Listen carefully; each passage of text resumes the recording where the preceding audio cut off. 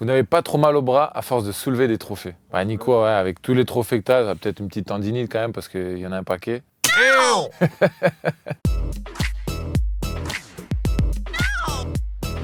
Il y avait un trophée qui était marrant, tu te souviens? Les championnats du monde en 2017, on était reçus à l'Elysée. Ah, Et que le trophée était, par contre là, il était lourd, hyper lourd. On avait voulu le donner à monsieur Hollande. Et tu te souviens pas, on lui avait donné, on avait tous été du genre, attention, attention, il est lourd. Et il nous avait dit, ouais, enfin, Vous inquiétez pas. je peux soulever un trophée. Il avait rigolé, c'était marrant. La plus belle chose qu'on vous ait dite après un match. C'était mon père. Si j'avais fait un bon match, je sortais du terrain, je le voyais, il me regardait dans les yeux, il me faisait juste ça, c'était la plus belle chose. Après un match avec les coéquipiers, je pense que la plus belle chose qu'on m'ait dit, c'est un je t'aime. Ça, c'est beau quand même dans le sport. Après les frères Gilles, les frères Karabatic sur le Hall of Fame de l'équipe de France de handball. Toi, Nico, t'as une petite place réservée déjà, tout en haut. J'ai mon petit siège, ouais. Faut avoir tout gagné en équipe de France, avoir 200 sélections. Il va falloir que je pousse jusqu'à Los Angeles. jusqu'à 40 ans. Ça serait pas mal quand même. Ça serait cool.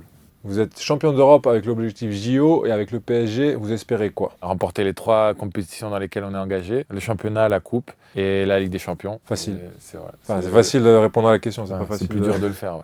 Luca, pas de regret sur ta carrière au tennis? Non, franchement, je suis fier d'avoir passé ces belles années au tennis. Peut-être que quand j'arrêterai le hand, je me remettrai un petit peu au tennis. Pourquoi pas refaire quelques tournois? Tournoi vétéran. Tournoi vétéran, ouais. Mais on jouera plus au paddle sinon. Pourquoi c'est important pour vous des Jeux Olympiques respectueux de l'environnement? Ça doit être important pour tout le monde et que toutes les compètes soient respectueuses de l'environnement parce que sinon, dans quelques années, il n'y aura plus de compètes sportives. Nicolas Karabatic, meilleur handballeur de tous les temps. Si on pose la question à 1000 handballeurs, je pense que le nom de Nico reviendra à 95% des cas, je dirais. C'est le joueur le plus marquant sur toutes les jeunes générations. Ça a été un modèle pour eux et ça continue de l'être, donc GOAT. Tout le monde peut préférer des autres styles de jeu, des autres handballeurs qui aussi ont marqué l'histoire de notre sport. C'est un débat qui est toujours assez subjectif. C'est vrai que j'ai répondu pour toi. C'est pour ça que tu as répondu. Mais moi, je suis content d'être dans le débat et surtout, je suis content d'être pour l'instant le plus titré. Là, il n'y a plus de subjectivité. Les titres, ça, c'est cool. Et que ce soit pas fini, qu'on puisse en remporter encore quelques-uns. Et voilà. Sportif et sportive que vous admirez? Novak, Djokovic. Michael Jordan, quand même.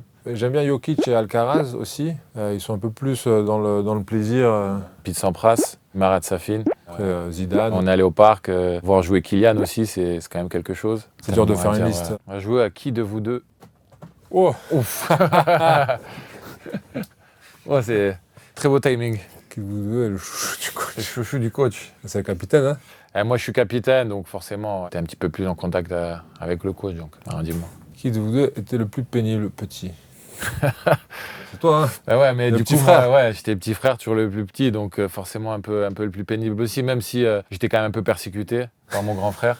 On peut aussi interpréter ça comme façon de se montrer et de pas se laisser faire. Qui de vous deux parle le plus? Ça dépend des périodes, ça dépend des phases. T'as souvent pas envie de parler quand même. Le matin au petit-déj, t'arrives, tu sais qu'il dit pas un mot. Il me dit même pas bonjour quand il se lève, quand on est dans la chambre. Pas bonne nuit, tu dis pas bonne nuit non plus? Bon, ok. Bon, Quand même. Allez, Nico alors. Qui te C'est le plus drôle. Ouais, toi, c'est vrai que Jenny dit souvent qu'est-ce qu'il est drôle, mon Lucas. En tout cas, on rigole beaucoup. J'arrive à Des sortir des expressions. petites punchlines. T'as un très bon timing, ouais.